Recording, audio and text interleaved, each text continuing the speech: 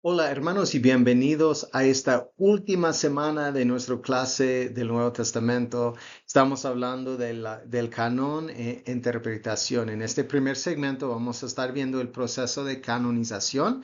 En el segundo segmento veremos el proceso de aplicar principios para la interpretación bíblica. El proceso de canonización. La palabra canon significa regla, catálogo o lista. En griego significaba como medir algo. Entonces la pregunta es, ¿cómo se medía si un libro, una carta realmente debería estar incluido en el Nuevo Testamento? La canonización del Nuevo Testamento se refiere al proceso por el cual la iglesia primitiva determinó qué libros se incluirían como las escrituras autoritativas.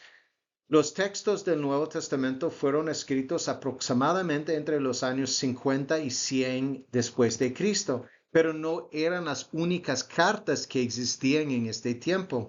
Además de lo que se convirtió en el Nuevo Testamento, los primeros cristianos produjeron muchos otros textos, incluidos los evangelios gnósticos, actas apócrifas y varias otras cartas.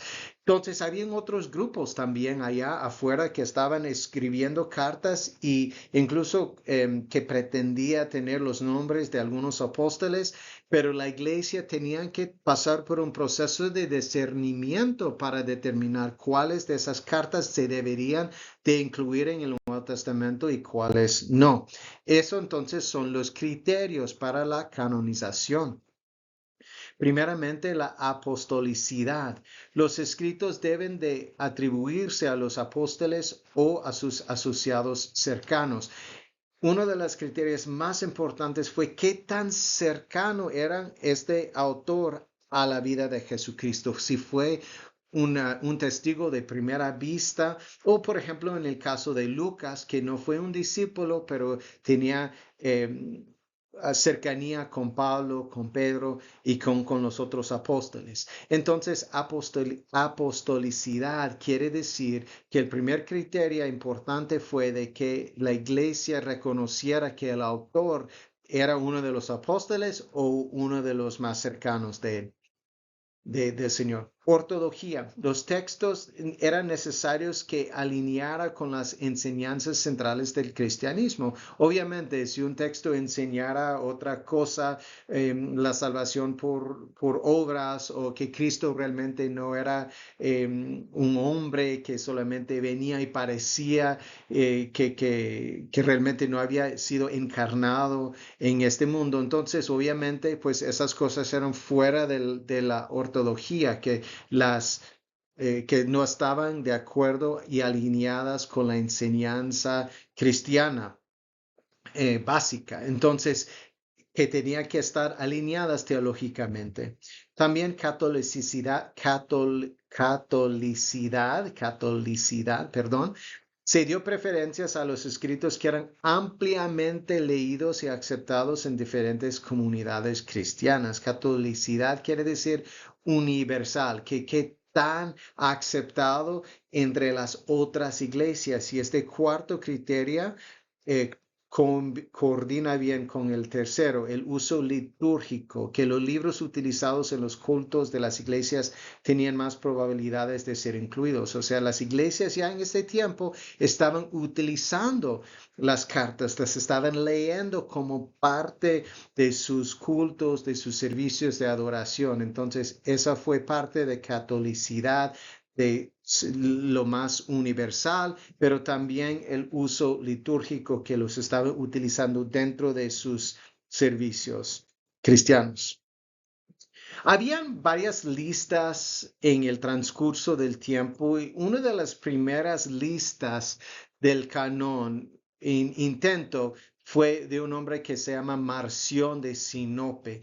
Marción propuso un canon que excluyera el Antiguo Testamento por completo y incluyera solo una versión de Lucas y 10 cartas paulinas. Sus puntos de vista obligaron a la iglesia a responder y aclarar el canon. O sea, Marción creía que el Dios del Antiguo Testamento no era el mismo Dios del Nuevo Testamento. Entonces, por eso él excluía, rechazaba por completo el Antiguo Testamento. Entonces, El hecho de que lo hizo forzaba que la iglesia determinara realmente cuáles cartas se debería de incluir en el canon y cuáles no.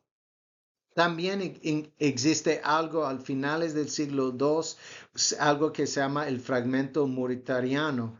Esta es una lista más antigua conocida del libro del Nuevo Testamento, aunque incluye también algunas obras no canónicas, o sea, unas cartas que hasta en el día de hoy no reconocemos que deberían de ser incluidas en el canon.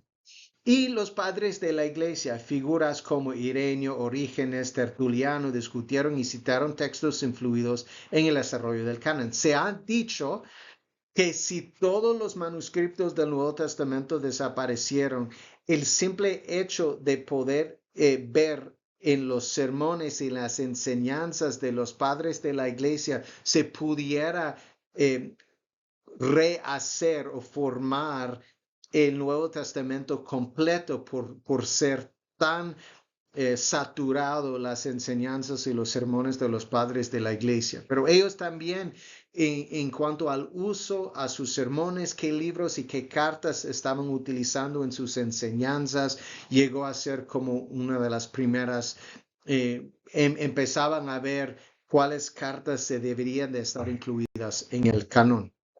Entonces el reconocimiento formal llegó en los concilios del siglo IV.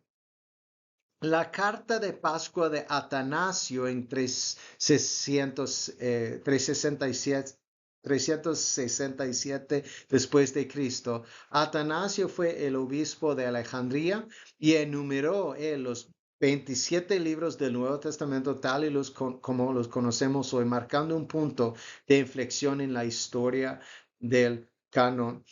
Atanasio es una figura muy importante y si usted no ha tomado el curso de historia de la iglesia, seguramente van a aprender de él. Pero Atanasio fue un obispo con bastante influencia y él circuló una carta durante la Pascua en ese año 367 en la cual él alistió, puso una lista de los 27 libros del canon como los tenemos hoy en día.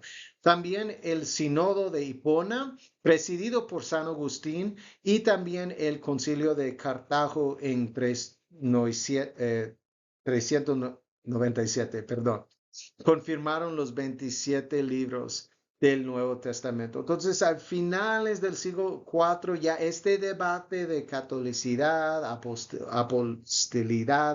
apostolicidad, y el uso litúrgico, la ortodoxia, todo esto ya llegó a estar formalizado y concluido por el siglo IV.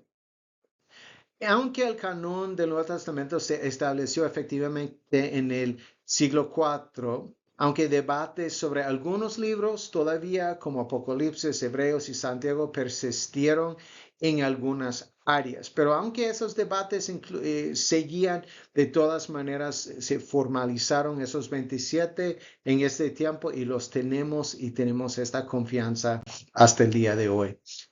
Brevemente, solo quisiera mencionar, porque algunos de ustedes están familiarizados con la diferencia entre la iglesia, la Biblia protestante y la Biblia católica. Hay 7 libros deuterocanónicos. Deutero quiere decir segundo, como Deuteronomio quiere decir segunda